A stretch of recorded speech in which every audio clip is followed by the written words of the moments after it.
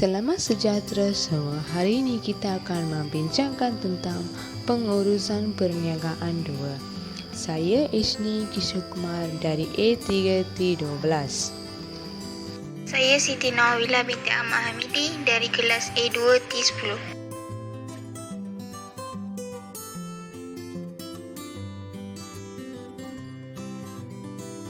Bab yang kita akan belajar hari ini ialah bab 1, pengeluaran. Subtopik 1.3, kawalan inventory.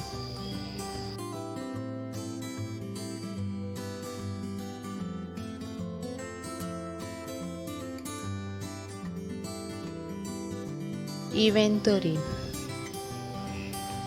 ditarifkan sebagai barangan atau bahan-bahan yang disimpan oleh organisasi untuk digunakan pada masa hadapan. Tujuan penyimpanan adalah untuk memenuhi keperluan organisasi pada masa hadapan.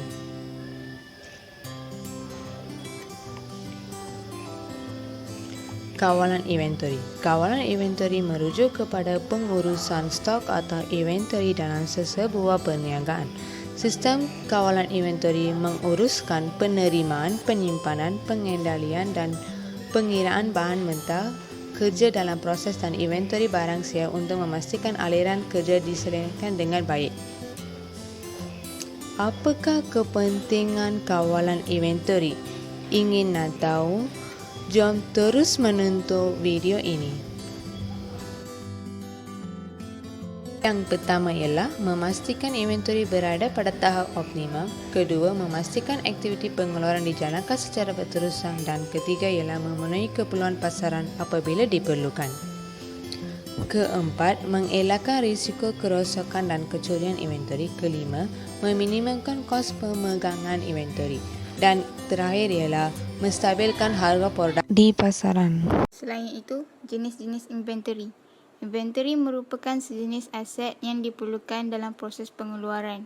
Inventory terbahagi kepada 3 iaitu bahan mentah, kerja dalam proses dan produk siap. Bahan mentah adalah sesuatu yang digunakan oleh tenaga manusia atau industri sebagai bahan asas dalam proses pengeluaran untuk menghasilkan produk. Di antara kepentingan bahan mentah adalah bahan mentah penting sebagai input yang diperlukan untuk proses pengeluaran. Selain itu, bahan mentah boleh ditambah nilai untuk menghasilkan produk separa siap dan produk siap.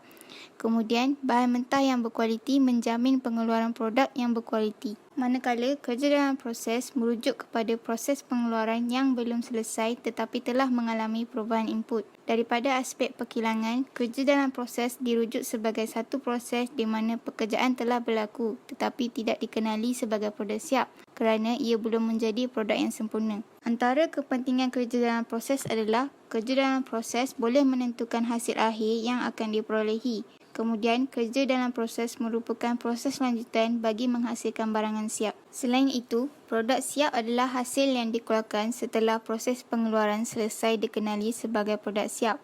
Produk siap akan disimpan sebagai inventory sebelum diedarkan kepada pengguna. Produk siap mempunyai ciri seperti boleh digunakan terus oleh pengguna akhir. Selain itu, produk siap mempunyai reka bentuk fizikal yang jelas supaya aktiviti pemasaran boleh dijalankan. Di antara kepentingan produk siap adalah produk siap yang berkualiti akan mendapat permintaan daripada pelanggan dan laris dijual bagi menghasilkan keuntungan. Kemudian, produk siap yang mempunyai reka bentuk fizikal yang menarik boleh mempengaruhi minat pengguna.